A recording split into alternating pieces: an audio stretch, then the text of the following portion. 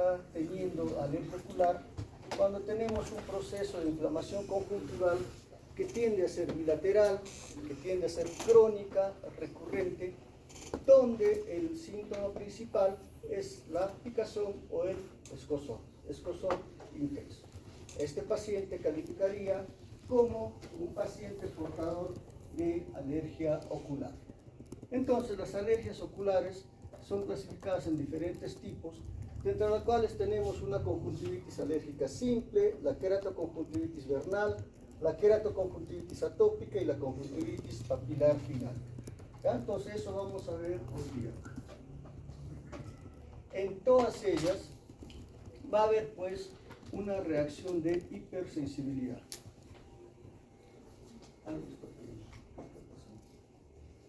Una reacción de hipersensibilidad, donde va a existir pues el requisito de una sensibilización previa para que en una posterior interacción con estos alergenos se produzca la enfermedad.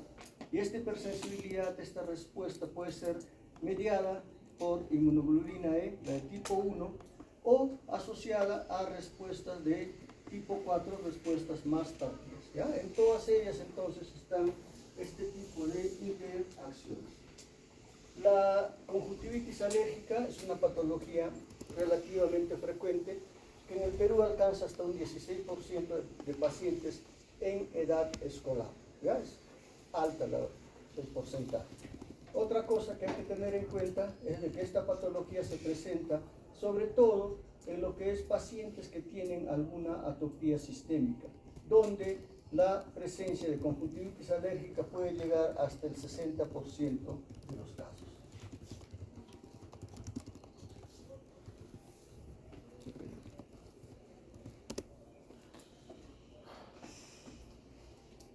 Entonces, este tipo de conjuntivitis se presenta pues sobre todo en climas cálidos donde existe un mayor riesgo a desarrollar este tipo de enfermedad, y hay que tener en cuenta que los pacientes mayores de 50 años presentan mayor frecuencia de síntomas oculares aislados. ¿Ya?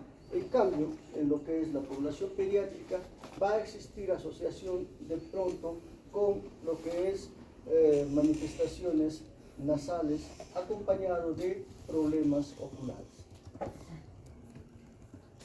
¿Y en base a qué respuesta es que se presentan este tipo de conjuntivitis?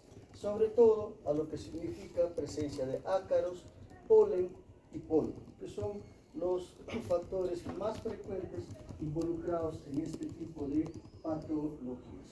Entonces, cuando ya se produce la manifestación de la conjuntivitis alérgica, va a presentarse pues como todo tipo de conjuntivitis, acompañado de ¿qué? De enrojecimiento ocular, acompañado de quemosis conjuntival, escozor y prurito. El prurito en estos casos es bastante intenso, la misma que puede presentarse a las horas de la exposición o que puede aparecer más adelante en los días, en las semanas, con las mismas características de presentación. ¿Y por qué se va a presentar esto? Porque existe una disrupción de la superficie ocular que va a condicionar la aparición de este tipo de patología. Entonces, cuando ocurre una infección de este tipo, ¿qué es lo que va a pasar? De que va a presentarse pues una disrupción de la barrera epitelial. Cuando existe una barrera epitelial intacta, las manifestaciones van a ser mucho más simples. Pero cuando se produce una disrupción de esta barrera epitelial que ha sido dañada por alergenos, patógenos, contaminantes, etc., ¿qué es lo que va a existir? Va a existir una mayor facilidad de penetración de alergenos y sensibilización y un incremento en la susceptibilidad a los patógenos, así como una remodelación de tejidos, etc. Entonces, pues, el ojo donde interactúan estos alergenos es un ojo que ya está dañado, donde existe una alteración de la barrera epitelial. De tal forma que esta disrupción de la barrera epitelial conducirá pues a procesos de inflamación, a remodelación del tejido, etc. que va haciéndose un círculo vicioso que condiciona la cronicidad de alguna de estas patologías.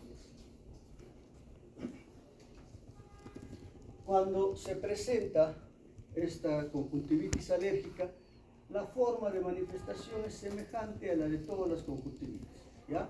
Habría que ir ya examinando qué tipo de signología ocular existe para ir clasificándolo.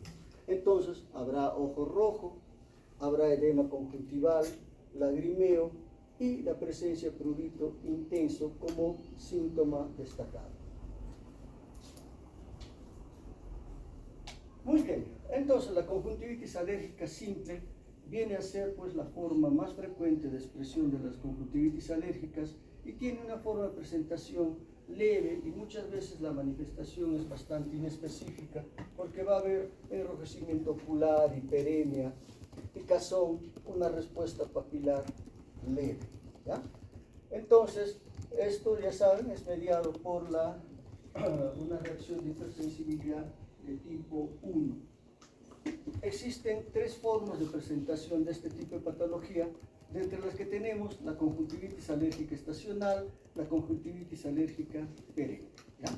En lo que es la estacional, tenemos una respuesta a alergenos estacionales, principalmente relacionado con lo que es polen de hierbas, ¿no?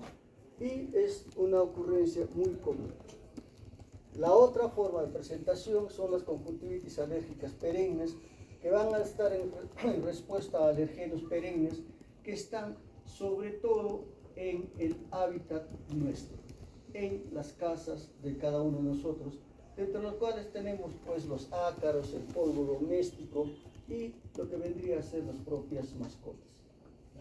Y la otra forma de presentación es lo que se llama la conjuntivitis o la fiebre del heno, donde va a haber una respuesta a algunos alergenes que incluyen el polen, la hierba, la caspa animal, pero que van acompañados de fiebre.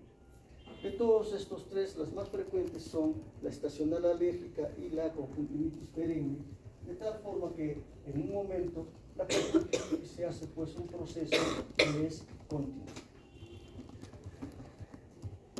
Los síntomas, ya habíamos dicho que suele ser generalmente un enrojecimiento ocular, una presencia de quemosis, un edema conjuntival bastante marcado, que se va a presentar sobre todo en estadios agudos de la enfermedad, siendo este tipo de conjuntivitis una de las más frecuentes, acompañado pues de edema palpebral, lagrimeo, etc. Entonces ya saben ustedes de que los procesos de conjuntivitis afectan solamente la conjuntiva y por lo tanto en estas patologías la agudeza visual suele estar conservada. ¿Por qué? Porque no existe un compromiso corneal. En las conjuntivitis alérgicas es rara el compromiso corneal, ¿ya? Entonces, los alergenos más frecuentes en la estacional son los polen, las gramíneas, los árboles, y van a empeorar pues en estaciones como la primavera al otoño. Por otro lado, en la conjuntivitis alérgica perenne guarda relación con ácaros, polvo, mascotas, sobre todo. Bien, la otra forma de presentación viene a ser la queratoconjuntivitis vernal, que ya es una reacción de hipersensibilidad de tipo 1 y después una reacción más tardía, la de tipo 4. También se da en climas más cálidos, pero sobre todo en la población pediátrica, en los niños hasta los adolescentes. Pasada la adolescencia, sobre los 20 años, existe lo que viene a ser una remisión de estos cuadros y se presenta en mayor intensidad o frecuencia, sobre todo en los sexos masculinos, ¿no? Y se guarda relación con las estaciones, la primavera y el otoño. Entonces, la queratoconjuntivitis vernal va a tener manifestaciones semejantes a todo ojo rojo, enrojecimiento ocular, ¿no? Pero en este tipo de conjuntivitis se van a reconocer hasta tres tipos de conjuntivitis vernal. Una conjuntivitis vernal tarsal, donde vamos a ver hipertrofia de papilas en lo que es el tarso superior, que va a dar la forma de un empedrado, una forma limbar donde vamos a encontrar las papilas en lo que es el limbo corneal, y cuando estas están presentes ahí se llaman puntos de Horner-Trantas. La queratoconjuntivitis vernal, en la forma tarsal, papilas hipertróficas que dan la impresión de un empedrado que está en el tarso superior, que dará una apariencia de pseudotosis en muchos pacientes. Y en la forma limbar, donde existen estos puntos de Horner-Trantas, que son pues papilas un poco más lábiles, de la contextura pues de la Entonces, esta conjuntivitis vernal va a cursar con lesión a nivel del epitelio corneal, que puede hacer que se presente lo que es el panus, que no es otra cosa que vasos sanguíneos en la córnea. Acá tenemos los puntos de Horner-Trantas.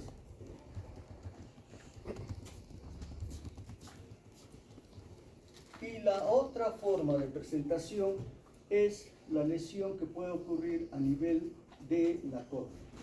A nivel de la córnea pueden existir lesiones en la córnea que van a dar impresión de un escudo, por eso se llaman úlceras en escudo, que pueden sobreinfectarse y que guardarían relación con lo que viene a ser el contacto con las papilas hipertróficas. Entonces, estas son las tres formas de presentación de lo que vendría a ser la queratoconjuntivitis vernal. En la evolución de la queratoconjuntivitis vernal puede haber una queratopatía puntiforme, que son puntos, lesiones corneales pequeñas que van a estar presentes, o en este caso una úlcera en escudo que puede infectarse, puede complicarse aún más. Entonces, una de las expresiones en cuanto a sintomatología de la queratoconjuntivitis vernal viene a ser el escozor. Y el escozor, en población pediátrica, condiciona a que exista pues cambios de la superficie corneal que pueden inducir la formación de queratocon. De tal forma que en esta patología existe hasta en 30% de los pacientes la presencia de queratocon, que es una patología mucho más grave porque involucra una ectasia corneal que es necesario tratarlo para evitar que vaya hasta un trasplante corneal. ¿Ya? Entonces, la queratoconjuntivitis vernal es una patología de mayor severidad de las anteriores que hemos visto, que puede cursar incluso con queratocon.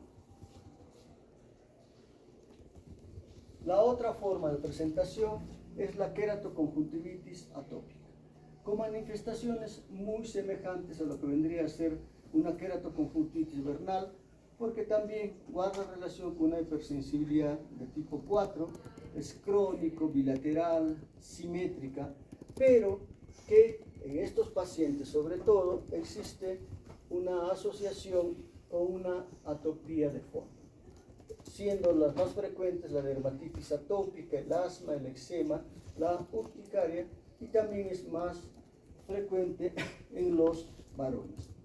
Y otra cosa que los diferencia de la queratoconjuntivitis vernal es el hecho de que se presenta en personas adultas principalmente, entre los 30 y 50 años.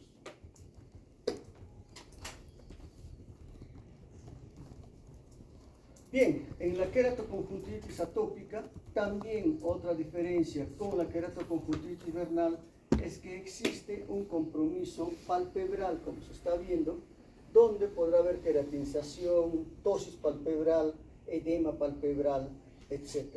¿Ya? Pero también cursa con patología corneal, como son las queratitis, que también se presenta en la vernal, y la úlcera en escudo. ¿Ya? Entonces tienen manifestaciones bastante semejantes, pero aquí tenemos una alteración a nivel de párpados.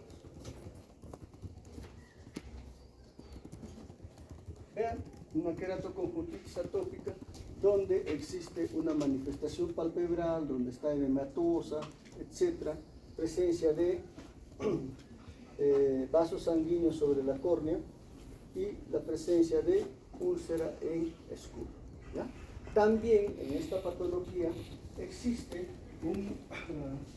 una asociación con lo que vendría a ser pues la presencia de queratocono, pero en un porcentaje mucho menor a lo que es la queratoconjuntivitis vertical.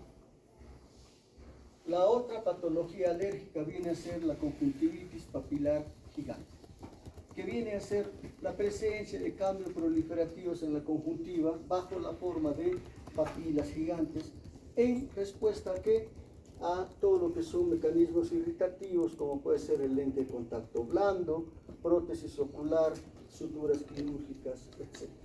De tal forma que en estos pacientes, cuando se quita estos estímulos, va a también revertir el cuadro.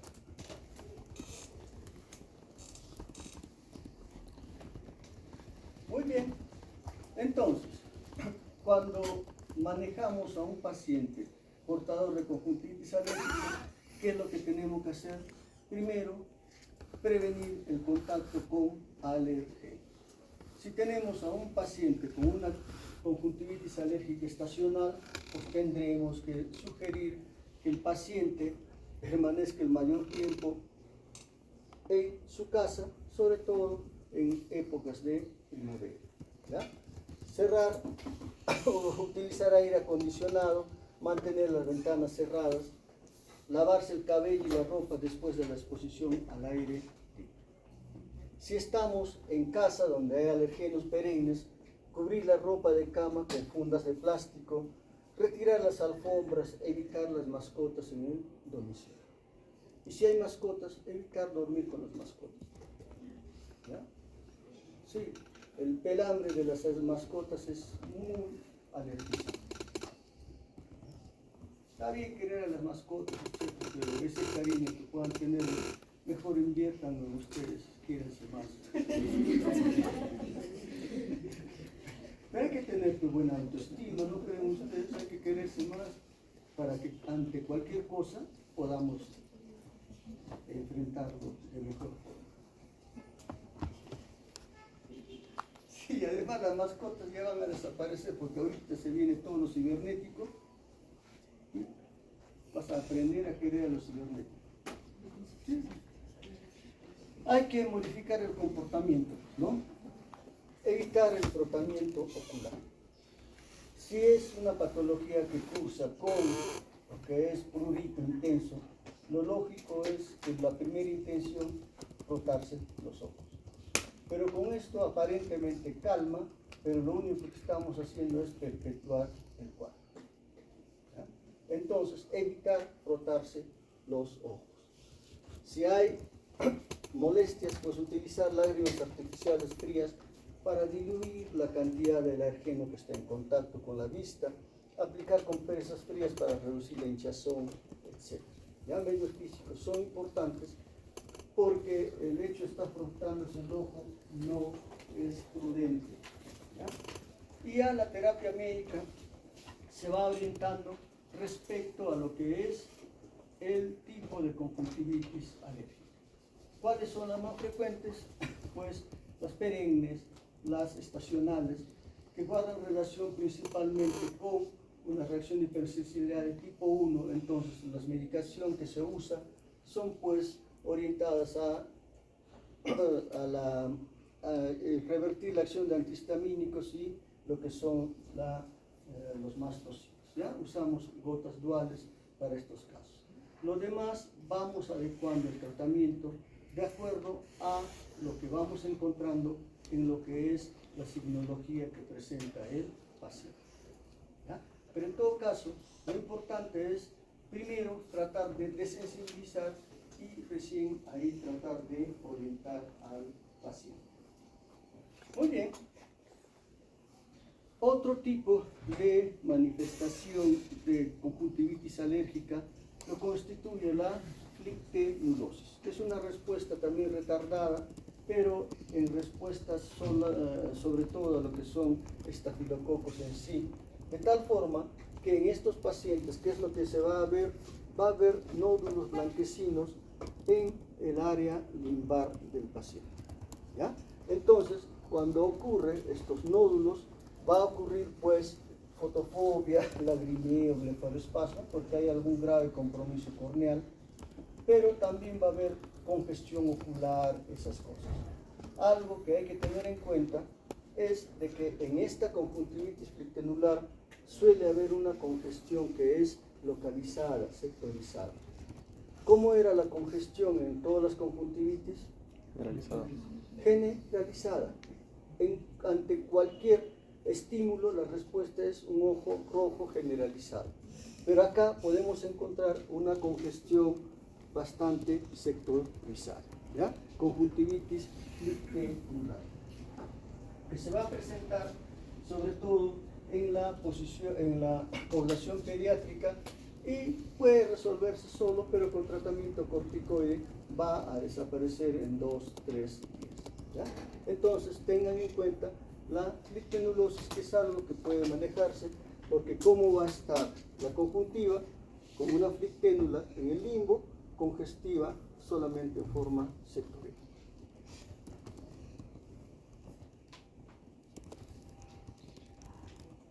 Existen también pues degeneraciones en la superficie conjuntival que van a causar lo que es enrojecimiento ocular, ¿ya? De entre ellas tenemos a la pingüéncula, que es un depósito amarillento blanquecino en la región vulvar, que no tiene progresión, siempre va a estar de ese tamaño, pero la conjuntiva que lo cubre sí es un tejido que se vuelve mucho más irritable. Por lo tanto, este ojo va a presentar sensación de cuerpo extraño, irritación ocular, que va a ser frecuente, ¿ya? No requiere tratamiento quirúrgico, por si acaso. Y otra forma de expresión viene a ser de estas degeneraciones la presencia de pterigio, ¿ya?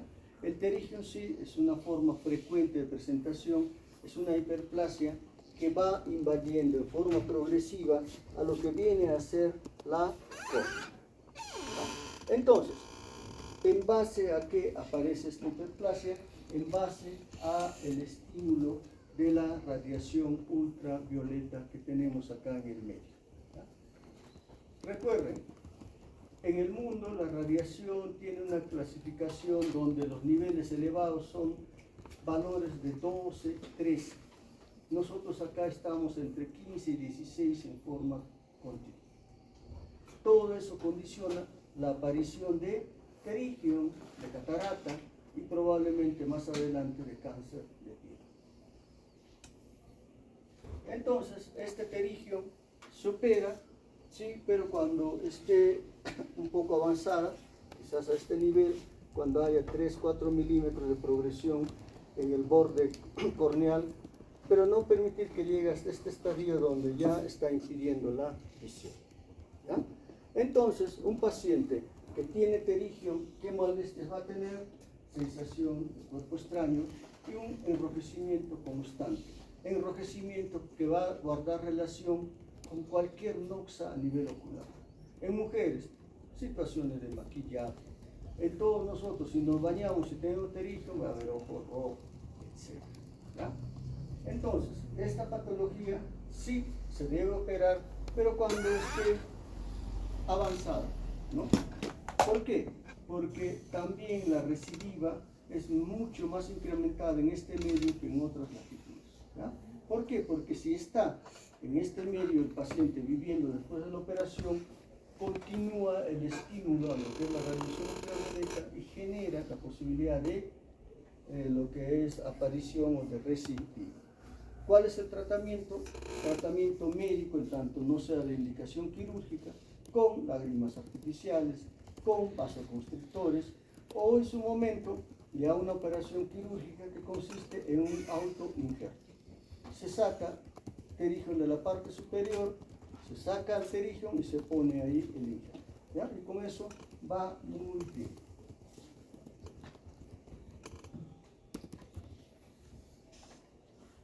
Puede haber también concreciones en lo que es la superficie ocular, que son pues pequeños depósitos blanco-amarillentos, sobre todo en tarso inferior o tarso superior, ¿ya? Entonces, generalmente este tipo de patología suele ser asintomática. Pero cuando el paciente de pronto evidencia estas concreciones, al bajarse el párpado inferior ve estas concreciones, en el tiempo comienza a tener molestias. Si hay molestias, sacamos las concreciones, que es algo sencillo, ¿no? Y también, como dentro de las degeneraciones, puede haber quistes de retención que se presentan en población pediátrica, que también son frecuentes, lesiones frecuentes, pero asintomáticas, que es el acúmulo de líquido claro, ¿ya? Asintomáticos, pero si se tornan sintomáticos podemos o sacar eso o por lo menos hacer una punción con aguja para causar alivio. Y hay que tener en cuenta cuando vemos patología de conjuntiva la presencia de melanosis. Entonces, las melanosis, gran parte de ellas solamente pues son benignas y hay que observarlas. Pero siempre orientando al paciente de que si existe un crecimiento, si existe aumento de volumen, sangrado, etc., de estas lesiones pigmentadas, habría que de repente sacar. Y el sacar, ¿no?, lo que es el terigio, o perdón, la lesión pigmentada, es el tratamiento. Se manda a analizar y de acuerdo al resultado se va controlando al paciente, ¿ya?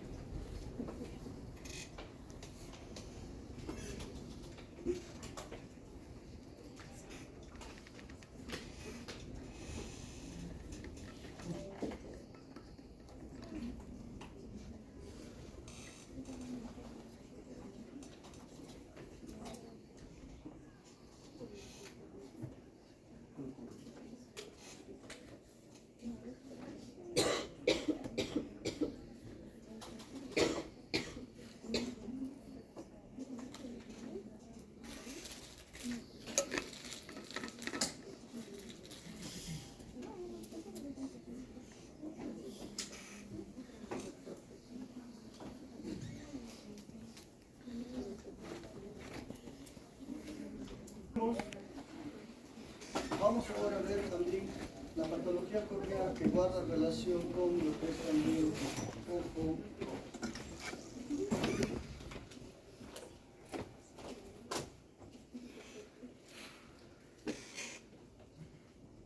Muy bien, cuando hablamos de la córnea, hablamos de una estructura transparente que está en la parte anterior del ojo, ocupa el tercio anterior del ojo, y es una estructura pues totalmente transparente, avascular, que va a encargarse de enfocar la luz que viene del infinito junto con el cristalino en la retina. Y esta estructura va a tener 5 capas, que de la parte más externa a la interna es el epitelio, la membrana de Bowman, el estroma, la membrana de Descemet y el endotelio, ¿ya? De estas estructuras, el epitelio corneal, que es una estructura no queratinizada, formada por 5 o 6 capas, es una estructura que va a estar reparándose en forma continua porque el epitelio va descamándose, ¿ya? Tiene una alta epitelización. La membrana de Bowman constituye la membrana basal de este epitelio y el estroma ocupa la mayor cantidad de lo que significa el contenido de la córnea, que está formada pues por láminas paralelas de queratocitos que por su disposición van a causar o van a producir que la luz pase sin ningún tipo de distorsión hacia la retina. Después tenemos a la membrana de Descemet y el endotelio, donde el endotelio va a ser la estructura que se va a encargar de mantener a la córnea transparente. ¿A través de qué? De la deshidratación de forma permanente. Entonces,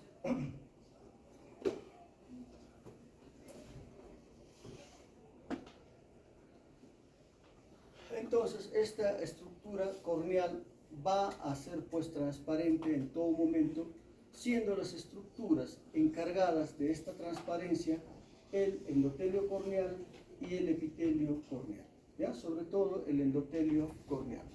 Recuerden que es una córnea totalmente avascular, ricamente inervada, y esto va a causar protección hacia lo que es el globo ocular en sí. No tiene vasos sanguíneos, por lo tanto la nutrición va a ser desde las lágrimas y de lo que es el humor acuoso que está en la cámara anterior y la cámara posterior.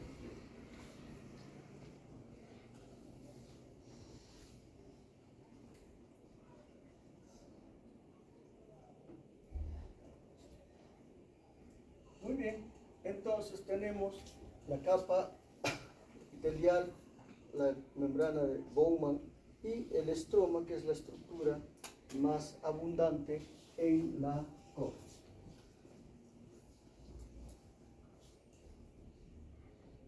Tenemos la imagen de lo que es el endotelio corneal.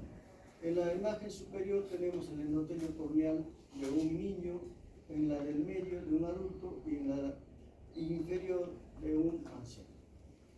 ¿Qué es lo que notan ustedes? ¿Cómo está la lista, por favor?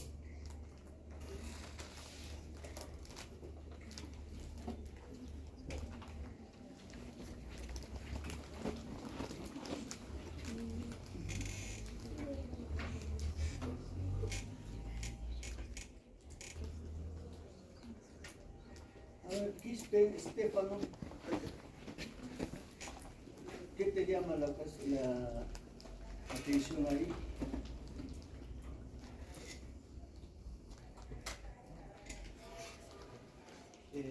¿Podemos ver una reducción de tamaño? ¿Ya? ¿De tamaño? ¿Dónde? ¿Hacia abajo? No, hacia arriba, hacia la derecha. Pero lo de arriba es pues la del niño y la evolución hacia abajo. Entonces, ¿qué es lo que ocurre a lo largo del tiempo?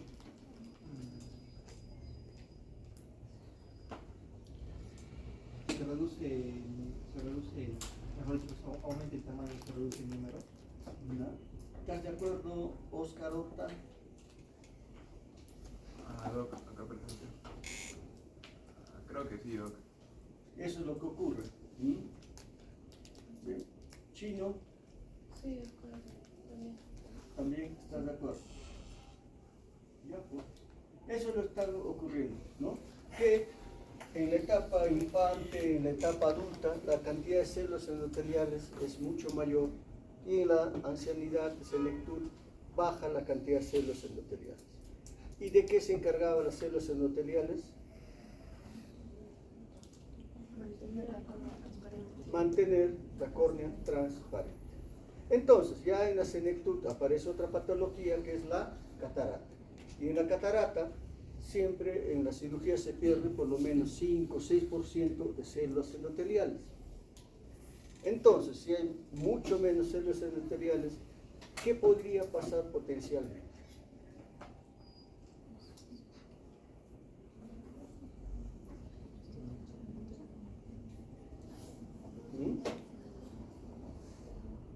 No habría cambio de ¿Ya? ¿Qué más?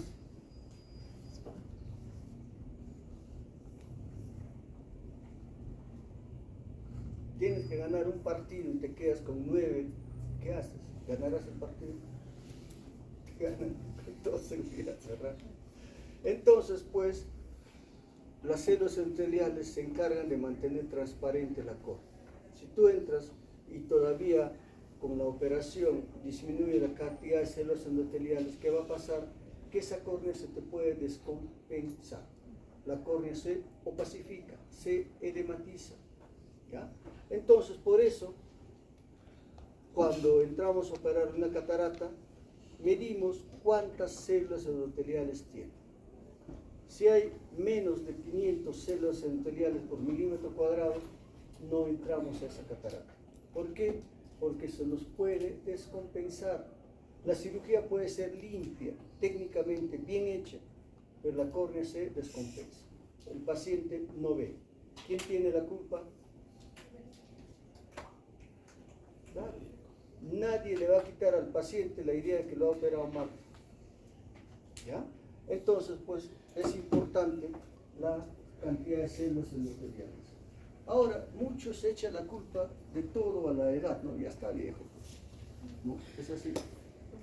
Dígame, un paciente de 60, 70, 80 años, si tiene una visión de 20/20 a los 30, 25, 30, 40 años, ¿podrá mantener la misma visión?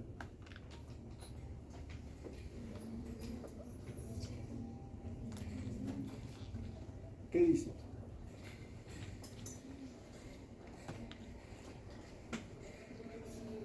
¿Habrá que usar alguna pastilla para mejorar la visión?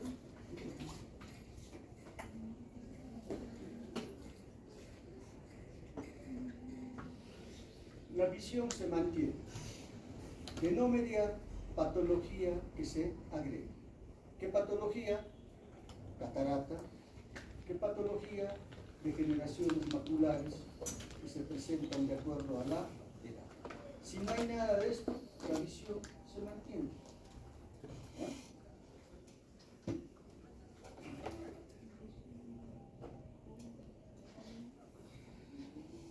Entonces, la córnea constituye pues la estructura que más poder dióptrico tiene en la vista. En el globo ocular tenemos a la córnea y el cristalino como los principales entes refractivos del ojo.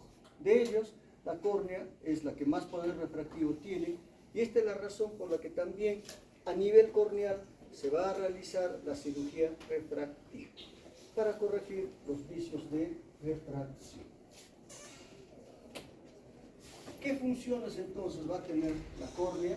Principalmente una función de protección, por la composición estructural que tiene, que hace que la luz pase hacia la retina y por la rica inervación que tiene. Esto en toda parte del cuerpo y en el ojo, el dolor que puede presentarse por una estructura que tiene muy buena inervación es lo que hace que de pronto la enfermedad no sea más agresiva. ¿Ya? Porque nosotros convivimos cada uno con nuestros males. ¿Hasta cuándo? Hasta cuando aparezca dolor. Y refracción representa el 80% de todo el poder refractivo y por su transparencia y avascularidad, ¿no? Que también da la refracción. Entonces, cuando estamos frente a un paciente que tiene una patología corneal, pues esta va a tener una expresión. Cualquier patología corneal aguda siempre se va a manifestar por la presencia de fotofobia, dolor ocular, blefaroespasmo, lagrimeia. Toda patología corneal tiene esa manifestación. Entonces, cuando evaluamos a la córnea, podemos ayudarnos a objetivar mejor qué lesión puede haber a través de lo que es el uso de la tinción con fluoroseína. Se echa la fluoroseína, si la córnea está dañada, vamos a tener una lesión a nivel corneal, en este caso media circular, que está indicándonos la presencia de una úlcera. ¿Ya? Ahora, si ustedes se ven ante el espejo, y van a ver pues que su córnea es una estructura totalmente transparente en los dos ojos. Así es la córnea de todos nosotros. Si de pronto vemos una estructura corneal que está edematizada, esto es patológico, agudo o crónico, pero esto es patológico. ¿Ya? ¿Qué será esto? Una mancha blanquecina en la córnea, ¿no? Que nos está indicando ya un proceso de cicatrización. Y esto se denomina leucoma córneal. Cuando tenemos una lesión en la córnea va a sanar a través de esa cicatrización, pero esa cicatrización se produce a expensas de la pérdida de transparencia. ¿Por qué? Porque aparece lo que es el leucoma córneal. Entonces, pues cuando evaluamos a una córnea, tenemos que ver eso. Si hay alguna lesión por alguna infección, si hay un problema de edema corneal por diferentes patologías, o si está en un proceso cicatrizal, donde esto con la fluoroseína no va a tener.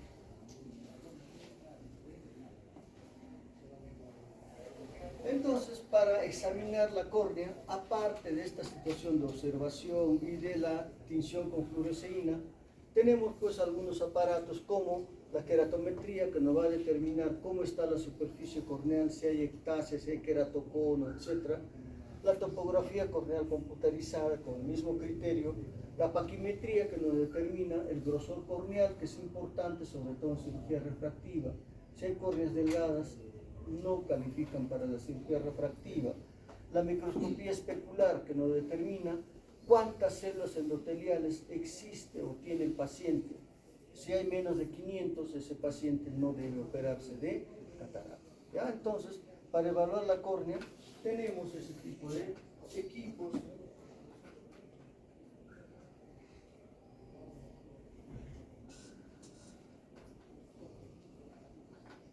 Bien, entonces veamos algunas patologías infecciosas que pueden dañar la córnea, que pueden presentarse en la córnea. Primero vamos a ver al virus del herpes simple, ¿ya? Entonces, el virus del herpes simple constituye el 95% de todos los casos que va a presentarse desde el punto de vista infeccioso sobre la superficie corneal, y un 5% es relacionada con el virus del varicela zoster, ¿ya? Entonces, en condiciones normales de la población, si tenemos a un 90% de personas que tienen o que son portadoras del virus del herpes simple, solamente el 1% de ellos va a manifestarse con una presentación de enfermedad herpética bajo la forma de queratitis herpética. Pero este 1% de queratitis herpética constituye casi 1.5 millones de personas a nivel mundial, y 40.000 de estas personas cursan con una disminución de la agudeza visual. Y este 1% constituye una de las causas más frecuentes de origen corneal de ceguera en el mundo, ¿ya? Entonces, pues el virus del herpes simple es una patología importante porque cursa con ceguera.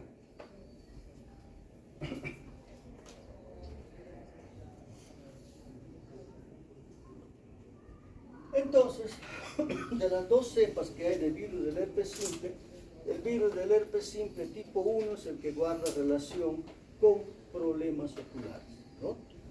Estas se presentan en la boca, en los labios y también en los ojos. El virus del herpes simple 2, el herpes genital, no guarda relación con patología ocular. Entonces, ¿qué es lo que ocurre en esta infección por virus del herpes simple? Que siempre va a haber una primoinfección, ¿ya? Esta primoinfección, que puede estar localizada en la superficie ocular, ¿no?, es una forma de presentación bastante infrecuente, porque si nosotros tratamos en un paciente que ya esté haciendo la queratitis herpética de averiguar si hubo o no una primoinfección, va a ser bien difícil de determinar. El hecho es que esta primoinfección puede presentarse también a nivel ocular, pero es una presentación bastante leve. Muy bien, pero puede haber una reactivación, porque cuando ocurre la primoinfección, el virus va a estar a nivel nervioso, a nivel ocular, en un estado latente. Y este estado latente va a tener una reactivación, ¿no? Y esta reactivación es la forma más frecuente de presentación de la enfermedad a nivel ocular del herpes simple, ¿ya? Entonces, la reactivación es la más frecuente forma de presentación. ¿Quiénes van a tener esta reactivación? Personas que de pronto cursen con inmunosupresión, las personas que presenten atopía, que tengan factores hormonales, sobre todo las mujeres, traumatismos oculares, cirugías corneales. Esto favorece lo que es la reactivación, y la reactivación va a guardar relación con el tiempo que ocurre desde la primoinfección. Si tenemos que ha habido una primoinfección de 1 año, habrá un 10% de posibilidad de reactivación que desarrolle una enfermedad de queratitis herpética. A los 10 años sube 50% y en 20 años sube a 60% la posibilidad de reactivación.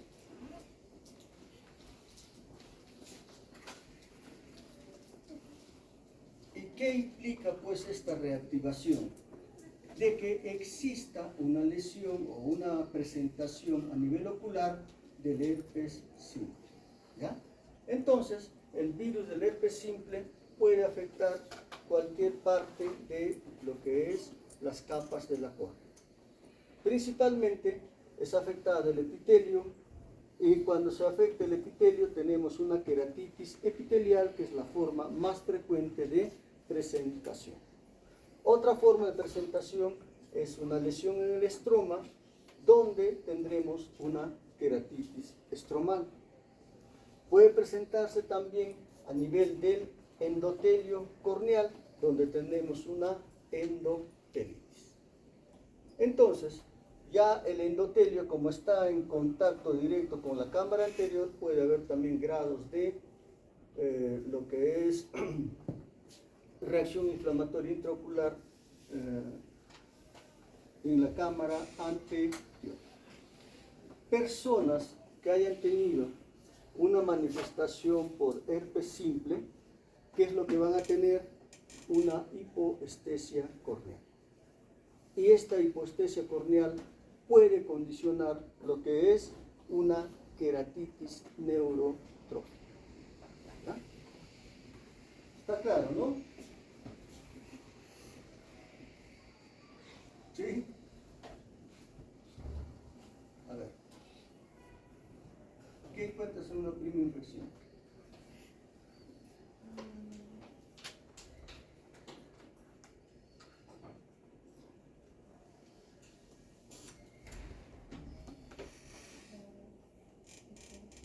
¿Qué? La etiología puede ser el virus, puede ser la infección. ¿Ya? Pero como signología ocular.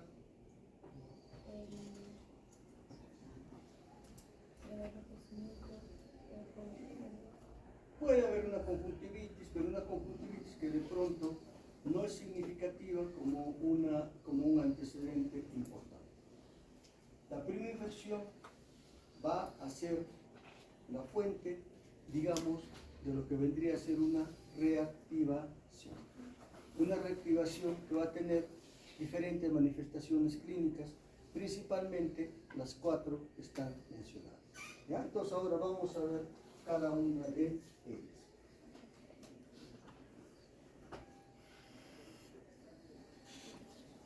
Entonces, cuando ocurre una reinfección, ¿no?, puede afectar el epitelio corneal o puede afectar lo que es estructuras más internas, sobre todo lo que es,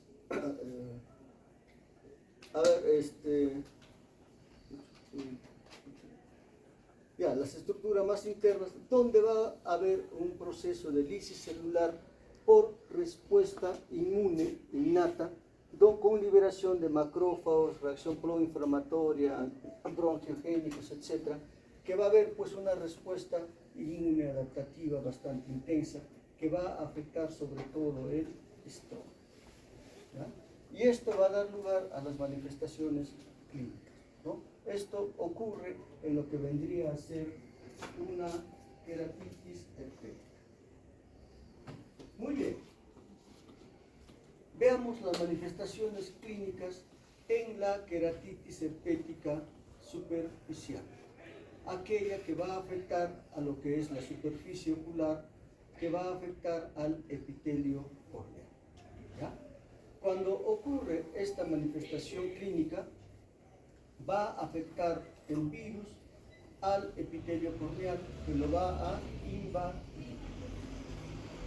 Y esto va a causar la lesión. ¿Ya? Entonces, cuando ocurre esta queratitis epitelial, va a haber pues manifestaciones propias de ojo rojo, donde habrá una inyección ciliar sensación de cuerpo extraño, fotofobia, visión borrosa, lagrimeo. ¿Ya? Esta es la forma de presentación, que generalmente tiende a ser en la gran mayoría de los casos unilateral. Puede haber hasta en 12% de los casos ser bilaterales.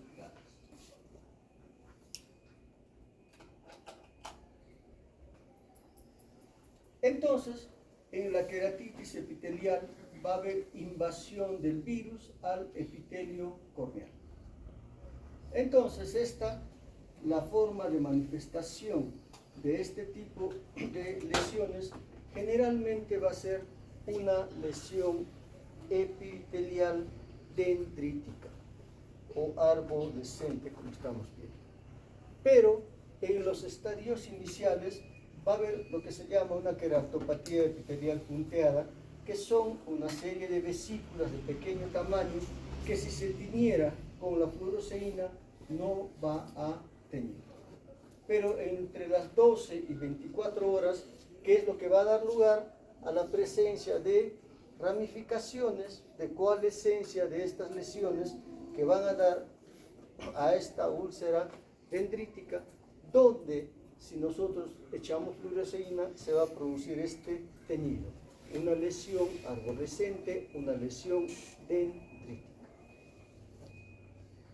Si el paciente tiene algunas condiciones como inmunosupresión, si está usando medicación tópica de corticoides o sistémica de corticoides, esta misma lesión puede hacerse una lesión mucho más amplia que se llama una úlcera geográfica y se presenta hasta 20% de los pacientes.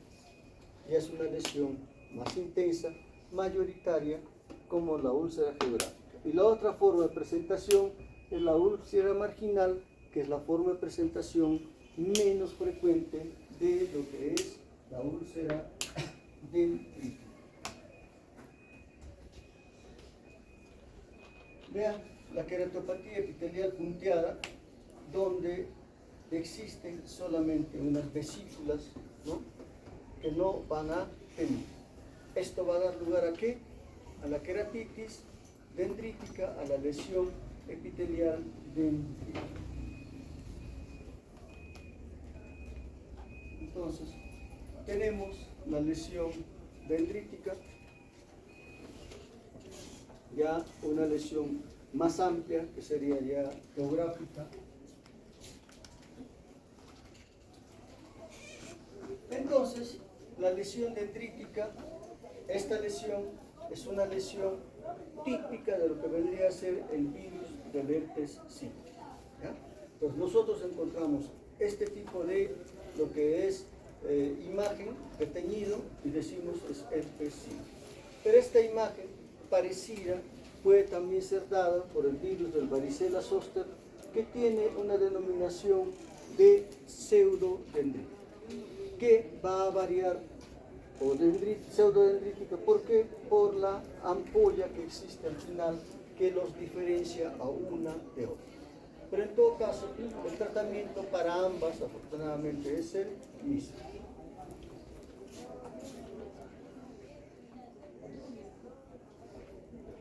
Y la úlcera geográfica viene a ser ya una lesión un tanto más amplia, que se va a presentar en personas con ciertas características de inmunosupresión, etc. Y la úlcera más.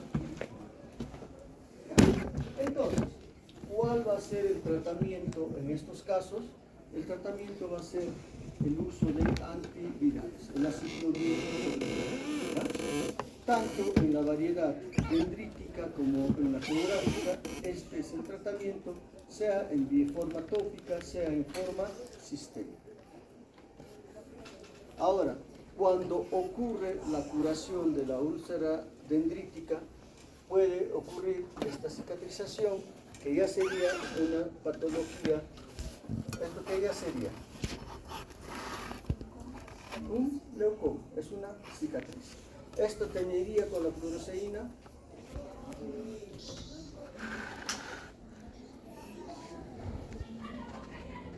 Que dicen, esto ya no tiene con la fluoresceína. Esta ya es una cicatriz. Pero vean, hay una alteración de la transparencia de la córnea, que podrá producir disminución de la visión.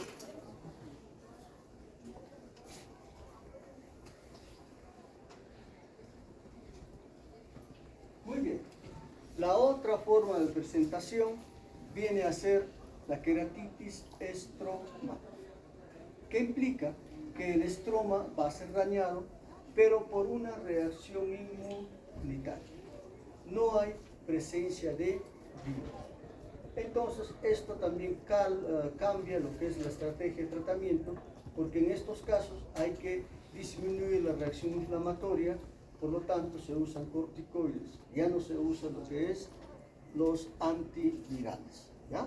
Entonces, al haber una reacción inflamatoria en el estroma corneal, el estroma pues se edematiza y puede llegar a opacificarse, o incluso la presencia de neovascularización, vasos sanguíneos en la superficie corneal. Y existen dos formas de presentación de la queratitis estromal: la forma no necrotizante, que es una respuesta inmune, y la forma necrotizante, cuidado, ¿ya? Necrotizante. Las dos son respuestas inmunes. La diferencia es la intensidad en la presentación, porque en la forma no necrotizante, que constituyen la mayoría de los casos, si vemos una reacción estromal, va a ser del tipo no necrotizante, que es autolimitada, no produce necrosis y hay presencia de edemas localizados. ¿Ya? Por otro lado, en la forma necrotizante, que también es inmune, va a haber una reacción estromal pues mucho más intensa, mucho más generalizada, donde existirán procesos de cicatrización, donde habrá presencia de úlcera, presencia de necrosis, y esto puede conducir a lo que es una perforación ocular.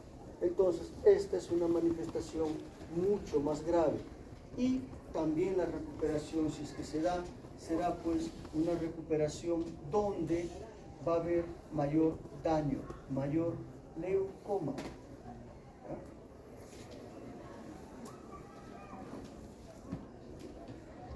¿No? Queratitis estromal inmune, donde va a haber alteraciones del estroma corneal que tienden a ser más circulares, un poquito más localizadas de lo que se presenta en la parte estromal, ¿no? Acá tenemos la queratitis estromal inmune, la no necrotizante, donde la lesión es una lesión un tanto más localizada, ¿no? Como estamos viendo, una lesión localizada central.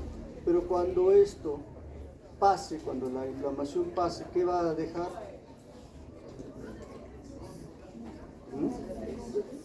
¿Cómo es la cicatriz? Un leucoma corneal. ¿Y cuál será su capacidad visual? Bastante disminuida. Solución: trasplante corneal. ¿Ya? Y la queratitis necrotizante, que es una lesión mucho más antigua, más intensa, porque hay mayor reacción inflamatoria, ¿no? Donde también las secuelas van a ser mucho mayores.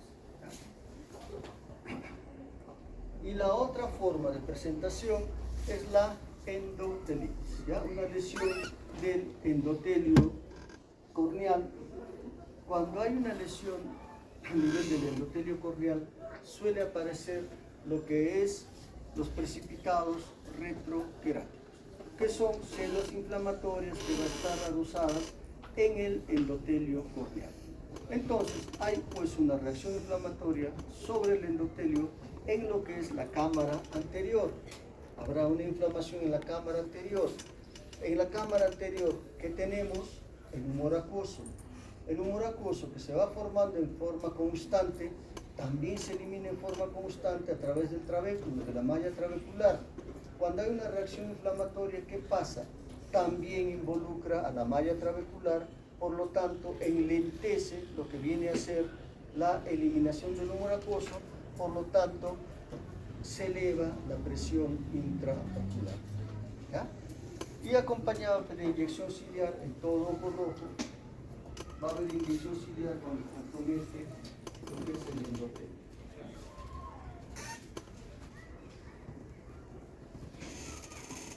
tiene diferentes formas de presentación, una forma disiforme, una forma lineal, una forma difusa, dependiendo de la magnitud del grado de inflamación. La disiforme es la más frecuente, donde va a existir un edema estromal localizado, central, con la presencia de precipitados queráticos.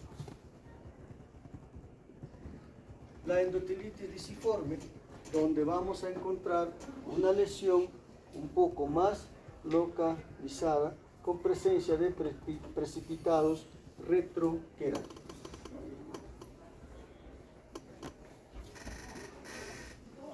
Una endotelitis difusa, que haya una mayor reacción inflamatoria. Muy bien. La otra forma de expresión de lo que viene a ser la queratitis por herpes simple viene a ser la queratitis neurotrófica. ¿Por qué? Porque en las patologías que acabamos de ver, cuando cesa esta patología, ocurre lo que es una disminución de la sensibilidad corneal. Esta disminución de la sensibilidad corneal va a dar lugar a que exista lesión en la superficie corneal, que puede limitarse solo a alteraciones epiteliales, a la parte más superficial de la córnea, o que existe un defecto corneal persistente que involucre estructuras más profundas, o una afectación estromal con presencia de úlceras corneales. ¿Ya? ¿Todo por qué? Por una hipoestesia corneal. Vean, tenemos una lesión corneal amplia, una lesión corneal propio de qué? De la disminución de la sensibilidad de la córnea, que le hace mucho más fácil a que por traumatismos leves, por infección, etc., pueda haber mayor compromiso. Bien, el herpes zóster, que causa el 5% de lesiones corneales desde el punto de vista viral, también requiere que exista una primoinfección. Una primoinfección, en este caso, por la varicela. Cuando ocurre la infección por la varicela, esta infección primaria, va a ir pues hacia la raíz dorsal del nervio neuronal sensorial del ojo, donde va a estar en estado latente el virus.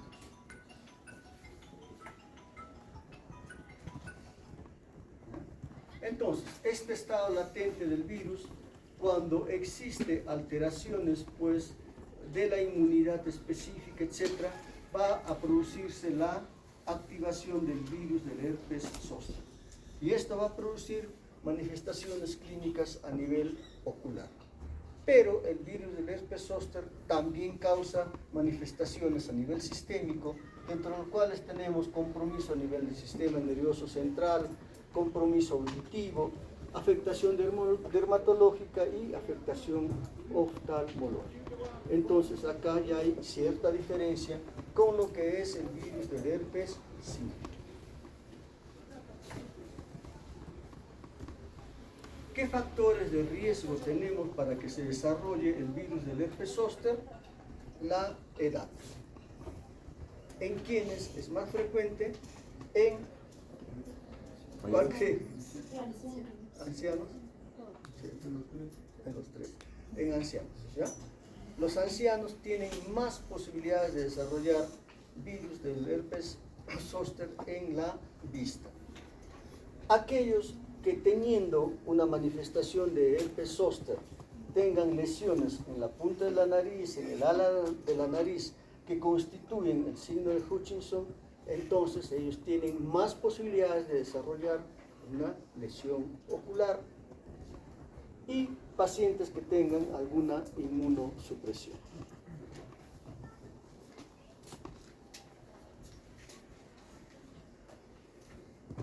Muy bien. Entonces, el virus del varicela zóster en lo que es la piel puede tener diferente presentación.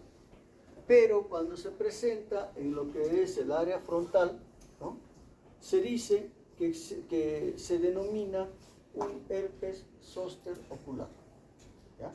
La sola presentación de vesículas en la parte frontal ya dice que el paciente tiene un herpes zóster ocular, por definición.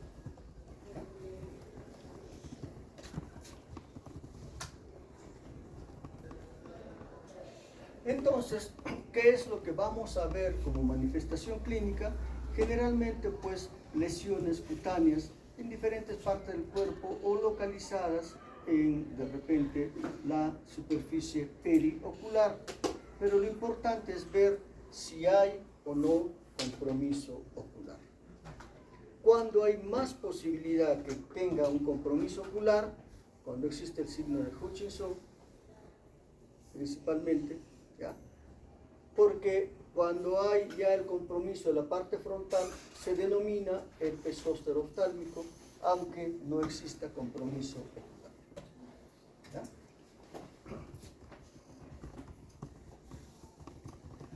Las manifestaciones clínicas del herpes zóster van a ser muy similares a la que se tiene en el virus del herpes simple. Solamente que las manifestaciones oculares en el herpes zóster son mucho mayores, más intensas, más severas, y hay también manifestaciones sistémicas. Pero va a haber una lesión dendrítica de la superficie ocular más superficial, que en el caso de zóster se van a llamar no dendritas, sino pseudodendritas. ¿Ya? Podrá presentarse lo que se llama una queratitis numular, que es propia del herpes zóster, donde va a haber lesiones circulares en la córnea. Otra forma de presentación va a ser la queratitis intersticial, la queratitis estromal, con características similares a la del herpes zóster. Sí.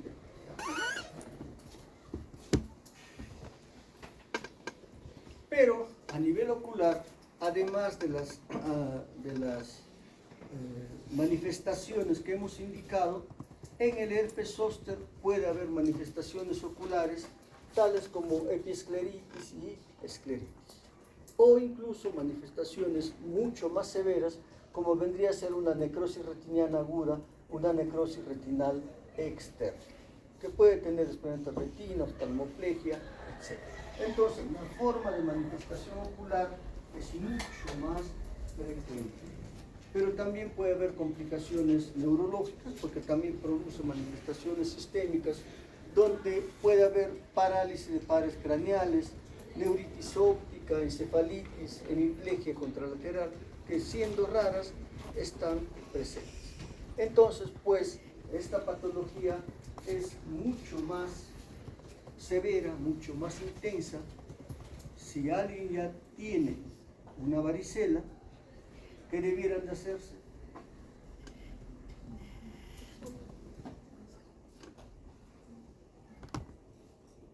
¿Cuál?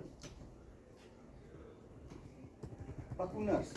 ¿Ya? Y hay vacuna para el herpes zóster, con resultados por ahí todavía controversiales, pero preferible vacunarse si vean las consecuencias que pudiera haber. Y cuando hay varicela, mucha varicela se da a la edad de ustedes.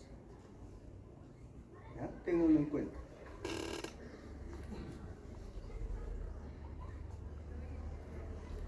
Muy bien. Entonces acá tenemos una patología bastante semejante a la neurotrófica, ¿no? Donde un paciente que ha tenido un varicela zóster va a tener una neuralgia posherpética. ¿Qué implica esto? De que el paciente va a tener una curación de todas las vesículas del varicela zóster, pero a los 3-4 meses va a tener una hiperalgesia en esa zona. ¿Ya? Esto se presenta sobre todo en los mayores de 70 años, en el 75% de los casos, con un dolor persistente e intenso que empeora por las noches. ¿Ya? Entonces, hay que tener en cuenta que esta posibilidad puede presentarse. ¿Quién maneja esto? Si ha habido una lesión frontal por herpes zóster y presenta un dolor en esa zona, ¿a dónde lo mandan? A los patólogos, ¿verdad? al neurólogo, por favor, ¿no? Al neurólogo. Esto no es cuestión del oftalmólogo. Nosotros descartamos que no haya patología ocular y ya el tratamiento es diferente. Y si hay dolor, ya es neurología, ¿ya?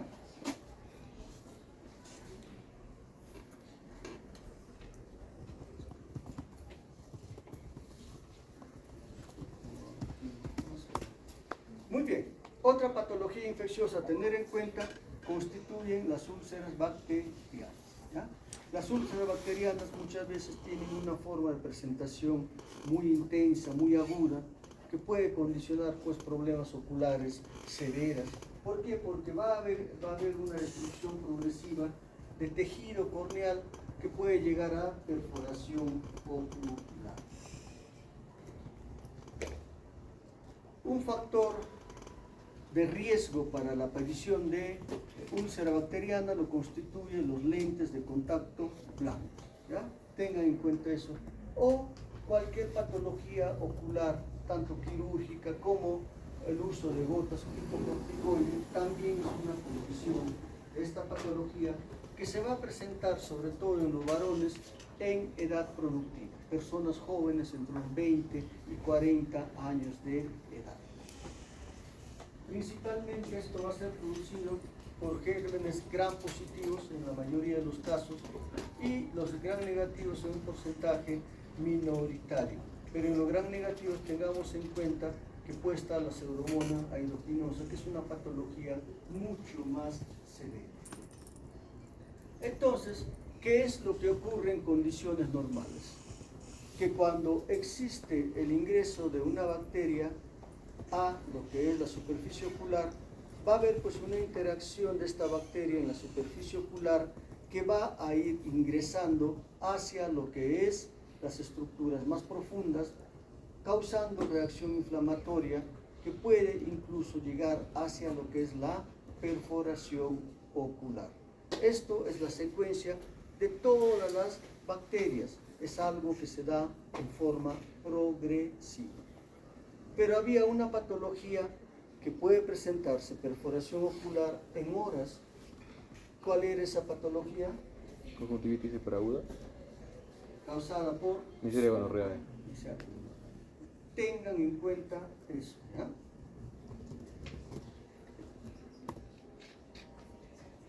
Entonces, en el caso de la Neisseria gonorrhoeae, no es necesario esta secuencia.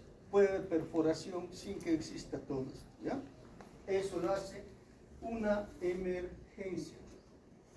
Entonces, como en toda patología ocular, ¿cuál era la sintomatología que se presenta en una patología ocular?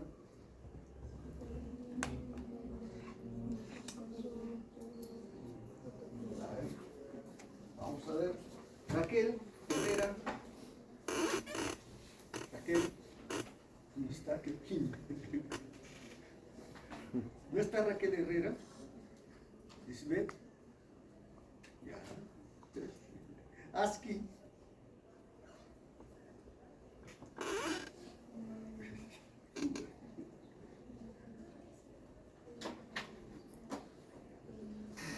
Dime una sintomatología de una lesión corneal.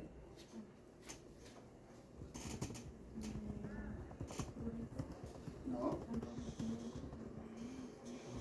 A ver, Arturo, Franca Arturo. Ya. Un síntoma, ya, lagrimeo. Dora Ruelas.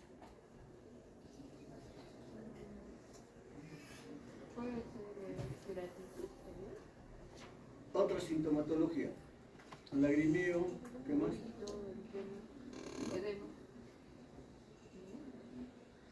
Aguilar, Romina. ¿Ya? Sensación de cuerpo extraño. Otra. Samata.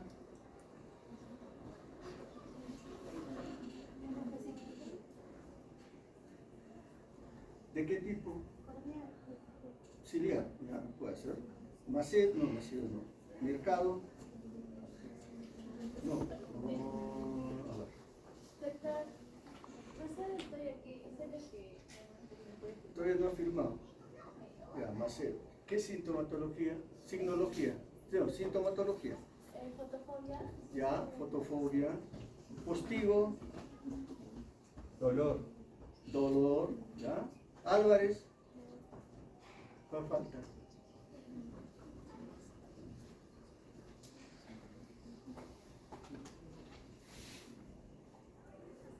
Doctor, hay dos Álvarez. Ya, ella levantó la mano.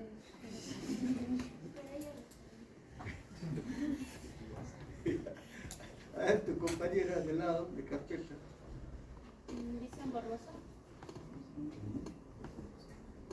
Lo acabamos de decir hace 10 minutos.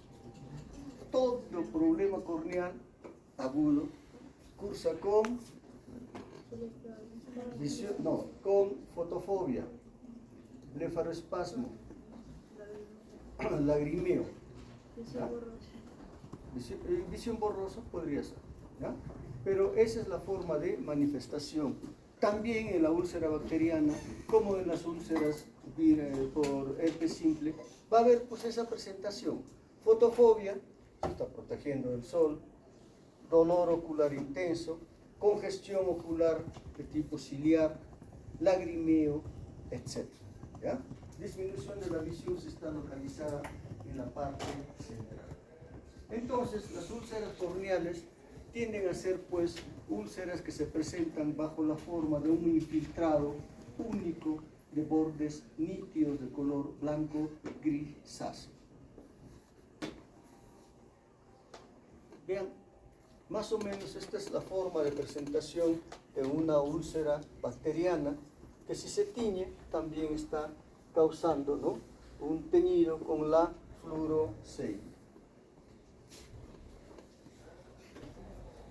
Muy bien, entonces cuando hay una reacción a una úlcera bacteriana, ¿qué es lo que va a existir también aparte de lo que es la lesión en córnea? La presencia de hipoclon, ¿ya? Reacción inflamatoria en cámara anterior.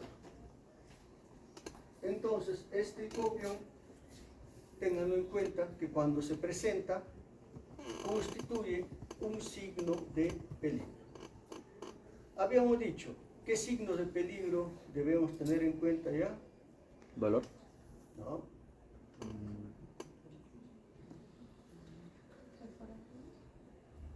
¿Secreción profusa? Secreción abundante. Sumemos ahora hipoclon. ¿Ya? Entonces, cuando tenemos a un paciente portador de lo que es queratitis bacteriana, úlcera bacteriana, la forma de enfrentar a este paciente es, digamos, una forma relativamente más sencilla. ¿Por qué? Porque tenemos bastante medicación para enfrentar. Podemos usar quinolonas de cuarta generación, de tercera generación, que pueden ir muy bien. Podemos usar productos bajo inyección subconjuntival, ¿no?, de medicamentos reforzados que van a ayudar al cuadro, ¿ya? Y con este tipo de tratamiento generalmente se logra la cicatrización de la herida. Pero también puede haber un manejo quirúrgico como el recubrimiento conjuntival, la queratoplastía penetrante o laminar, el fortalecimiento de la superficie corneal. Pero vean, este recubrimiento conjuntival se da pues cuando hay úlceras que no reaccionan adecuadamente al tratamiento. Después de este recubrimiento, si cicatriza la herida, ¿qué quedará? Pues una herida amplia, curada, un leucoma corneal amplio, que probablemente va a guardar relación con una disminución de la visión y el paciente requerirá de pronto un trasplante corneal. Bien, la otra patología a tener en cuenta viene a ser la úlcera micótica, que también se va a presentar en, sobre todo en los varones, también en edad productiva, y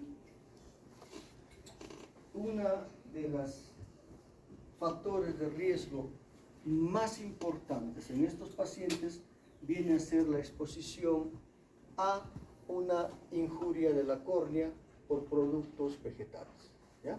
Recuerden que Arequipa es un departamento agrícola, entonces pues este tipo de lesiones con productos vegetales de la superficie ocular puede condicionar a lo que es una úlcera micótica.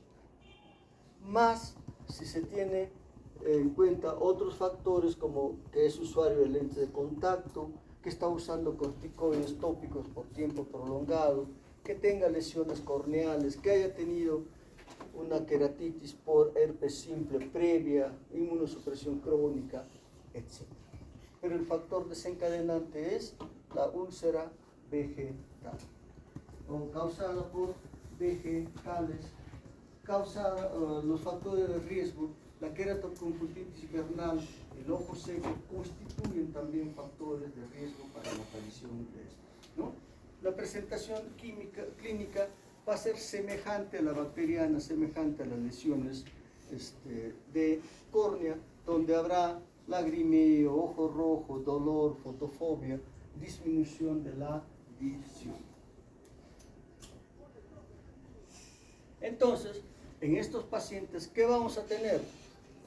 Blefaroespasmo, manifestación de problema corneal, una hiperemia conjuntival, pero principalmente ciliar, periquerática. Va a haber una infiltración blanco grisáceo con bordes poco definidos. Esto ya es un factor que lo va a diferenciar de lo que es la úlcera bacteriana, donde los bordes son definidos. En cambio acá dicen que los bordes son plumosos, menos definidos, y que van a presentar lesiones satélite, úlceras satélite a una úlcera central. ¿Ya? Entonces, eso va a hacer de que exista cierta diferencia con la úlcera bacteriana. Y además, también puede presentarse el hipopio, la reacción inflamatoria en cámara interior, que suele ser mucho más intensa en estos pacientes que en la úlcera bacteriana. ¿Ya? Entonces, esta es la forma de presentación, una lesión blanco-grisácea amplia con úlceras satélites.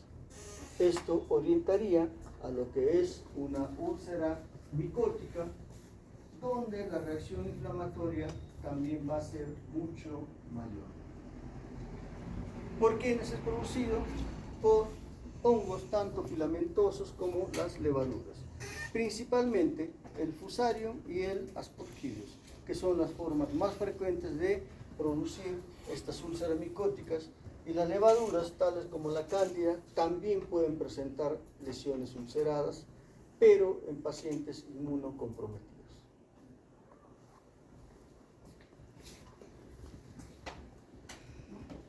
Diferente tipo de úlceras micóticas, donde va a existir la lesión principal blanco-grisácea, la presencia de hipopio, etc., en este tipo de pacientes. Entonces, el tratamiento en estos pacientes se hace principalmente con la natamicina, que es un producto oftálmico, un antimicótico que se puede aplicar en la vista. ¿Ya? A diferencia de las patologías por bacterias, acá tenemos un arsenal muy limitado para enfrentar a la úlcera micótica. Prácticamente solamente a la natamicina. ¿Ya? Y generalmente también tenemos otro inconveniente, de que cuando el paciente llega donde un colega y es portador de úlcera micótica, generalmente ha estado siendo manejado como una úlcera bacteriana, y que después de 15, 20 días que llega un colega, se pone a pensar qué está pasando y llega a la conclusión que de repente puede ser una úlcera micótica.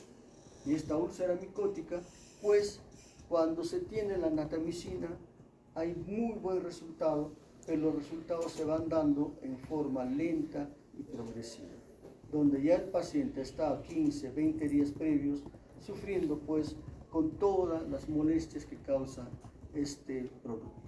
¿Ya? Si hay mucha medicación a nivel dermatológico.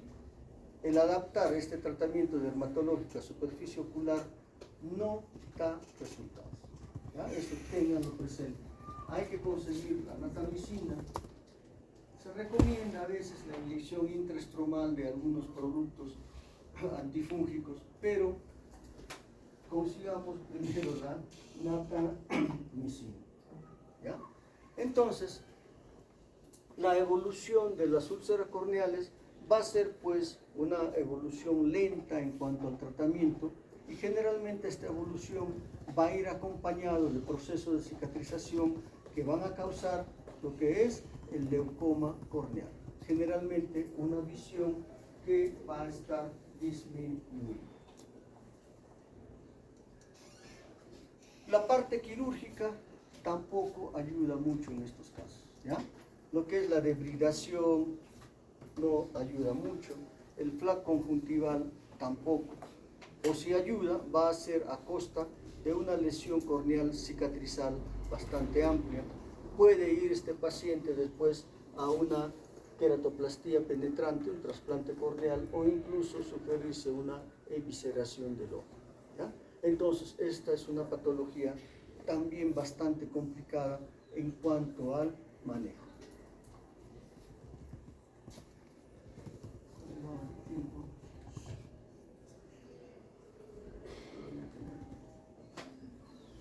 Bien, para terminar, síndrome de ojo seco. ¿Ya? Muy bien, entonces, el ojo seco tiene que ver pues con lo que es la película lagrimal. Y la película lagrimal va a estar formado por tres capas. Una capa lipídica, que es la más superficial, la capa acuosa, que es la más abundante, y la capa mucinosa, que va a estar en contacto con la superficie ocular. La disfunción, la falta de alguno de estos componentes produce ojo seco. Entonces, estas capas van a estar dadas, pues, la capa lipídica, la más superficial, por las glándulas de meibomio. La capa acuosa, que es la más abundante, por la glándula lagrimal. La disminución de la capa acuosa es la forma más frecuente de expresión del ojo seco. Y la otra forma de presentación, o la capa mucosa, va a ser producida por las células caliciformes, por las globule cell que van a estar en la superficie ocular. De tal forma que la producción de lo que viene a ser de la película lagrimal va a dar pues dos formas de ojo seco. Una forma evaporativa, que va a estar en relación a la disfunción de la capa más superficial, y la capa acuodeficiente, donde va a haber una disminución de la cantidad de la parte acuosa.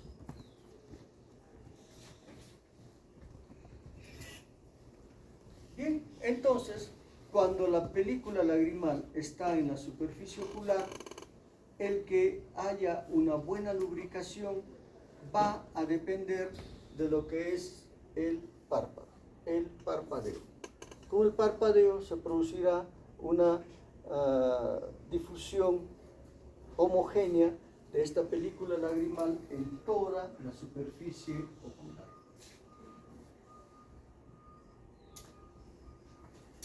Entonces, el ojo seco ha ido cambiando en cuanto a lo que es el concepto a lo largo de los años, y desde el año 2017 se reunieron más de 50 expertos y dieron esta definición que hasta la fecha se mantiene, ¿no? Donde se califica al ojo seco como una enfermedad multifactorial de la superficie ocular, que se caracteriza por la pérdida de homeostasis de la película lagrimal, acompañada de signos oculares en la que la inestabilidad de la película lagrimal y la hiperosmolaridad, la inflamación y el daño de la superficie ocular y las anomalías neurosensoriales desempeñan papeles etiológicos, ¿no? Entonces tenemos una serie de etiologías que van a estar relacionados con diferentes formas. Es una enfermedad relativamente frecuente que puede llegar a 50% en algunas latitudes como la nuestra, que es un clima bastante seco, mayor en mujeres, en asiáticos y en las personas con mayor edad. Desde los 40 años aumenta la posibilidad de que las personas tengan ojo seco, siendo más importante como factores de riesgo la edad, la raza, la disfunción de la glándula del meiomio, enfermedades del tejido conectivo y el síndrome de Sjögren. Con menor intensidad, pero también factores de riesgo, la diabetes mellitus, la rosácea, en algunos países donde hay más rosácea, hay más ojo seco, enfermedad tiroidea y trastornos psiquiátricos. Pero trastornos psiquiátricos relacionados por el tratamiento, porque gran parte de los tratamientos producen hiposecreción lagrimal. ¿No? Entonces, en lo que viene a ser la parte, la forma acuosa deficiente de lo que es el ojo seco, vamos a tener pues un ojo seco donde el síndrome de Sjögren, tanto en su variedad primaria y secundaria, va a ser la forma más frecuente de presentación, aunque también puede haber en el síndrome no Sjögren, sea que sea esta congénita o adquirida. ¿Ya? Entonces el ojo seco va a obedecer muchas causas y en la parte evaporativa vamos a tener una disfunción de las glándulas de meiomio que van a producir una alteración de la película lagrimal por un lado y por el otro va a ser las patologías que están relacionadas con la dinámica palpebral. ¿Ya? Y a esto hay que sumar el hecho de que tenemos actualmente lo que viene a ser el uso de pantallas que lo usamos en demasía y en exceso, que también va a causar una cuestión evaporativa. El hecho es de que cuando hay un ojo seco va a existir en las dos variantes una hiperosmolaridad de las lágrimas. Y esta hiperosmolaridad de la lágrima va a condicionar la liberación de una serie de células inflamatorias que van a hacer de que este cuadro se perpetúe. ¿Ya? Entonces, esto va a dar lugar pues a la presencia de reacción inflamatoria en las dos variedades. Y también se decía una manifestación neurosensorial. ¿Por qué? Porque va a haber un desequilibrio entre lo que es la parte aferente y eferente de toda la vascularización de la superficie ocular. A esto hay que sumar de que existen una serie de condiciones que se llaman condiciones iatrogénicas que cuando sucede a nivel ocular van a exacerbar o van a producir lo que es el ojo seco. De tal forma que podemos tener ojo seco iatrogénico, inducido por drogas, ya sea sistémicas, ya sea tópicas, que está usando el paciente y que producen ojo seco. Cuando se realiza diferente tipo de cirugías, tipo cirugía refractiva, puede causar también ojo seco, al que califican como iatrogénico. Pero también existen medicamentos tópicos que van a producir ojo seco. Medicamentos tópicos que se usan sobre todo en patología de glaucoma, toditos producen ojo seco. Entonces esto exacerba pues los cuadros. Y también existen medicamentos sistémicos que cuando se usan van a producir ojo seco, y hay medicamentos bastante usados como son los antihistamínicos, antidepresivos, antipsicóticos, descongestivos, etcétera, que producen ojo seco. Entonces, cuando estamos frente a un paciente portador de ojo seco, hay que ver pues también qué tipo de medicación están usando. Porque hay medicamentos que se secretan por las lágrimas y producen ojo seco, entre los cuales tenemos la amiodarona, el ibuprofeno, ácido acetil salicílico, cloroquina e incluso el alcohol. ¿Ya? Entonces, tengamos todos estos criterios cuando evaluamos el ojo seco. ¿Qué síntomas va a tener? Al ser una patología corneal, pero más de índole crónica, los pacientes van a tener principalmente sensación de cuerpo extraño, resequedad, visión borrosa, pueden presentar molestias de ardor, dolor, fotofobia o visión fluctuante. En la imagen superior izquierda que están viendo,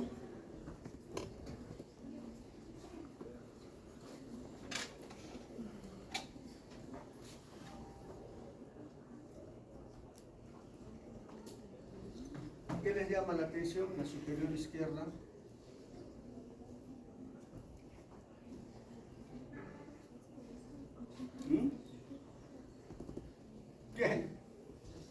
¿Qué ocurrirá en ese paciente?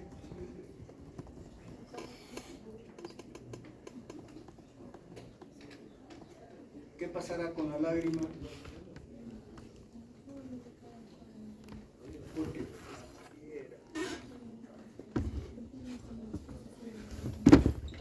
Empate, claro. Y también porque la lágrima va a rebalsar. ¿Ya? En lo de allá, ¿qué está ocurriendo?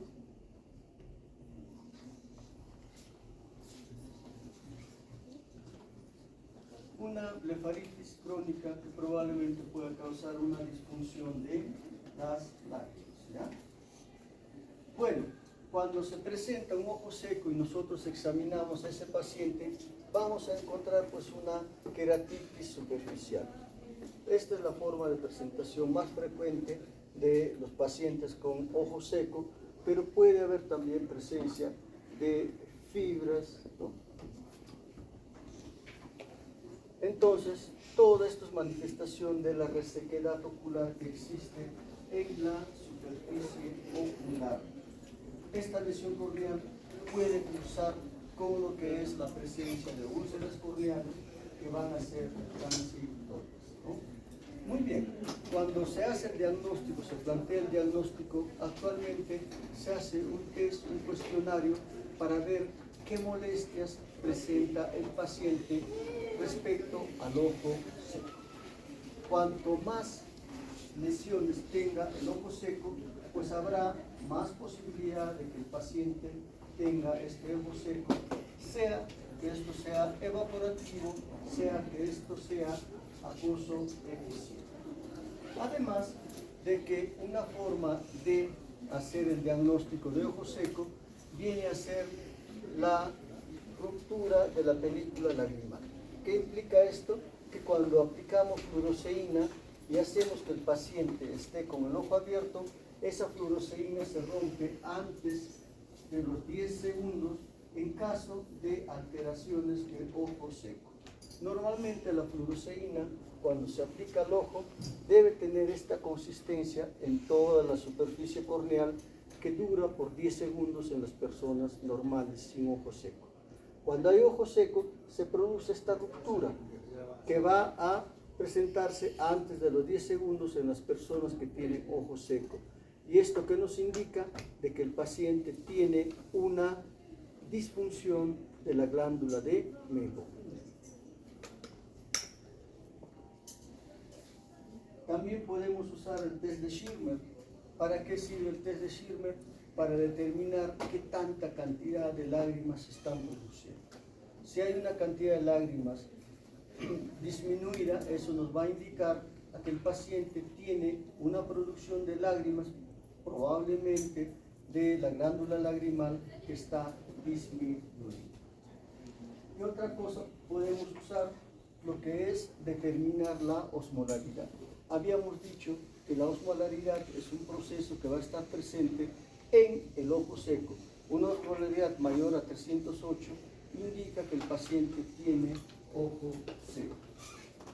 También se puede usar una meibografía no invasiva para determinar daño de lo que viene a ser el ojo seco. Y cuando ya tengamos lo que viene a ser el diagnóstico de ojo seco, actualmente pues para lo que es el tratamiento se está influyendo bastante en lo que viene a ser cambios de alimentación, lo que viene a ser ejercicios y todo eso. Pero el tratamiento fundamental siempre todavía viene a ser a través de lo que son la lubricación ocular. Lubricación ocular que debe hacerse con productos de preferencia sin preservantes, porque los preservantes también hacen daño. Entonces, pues, se puede usar los preservantes, ¿no?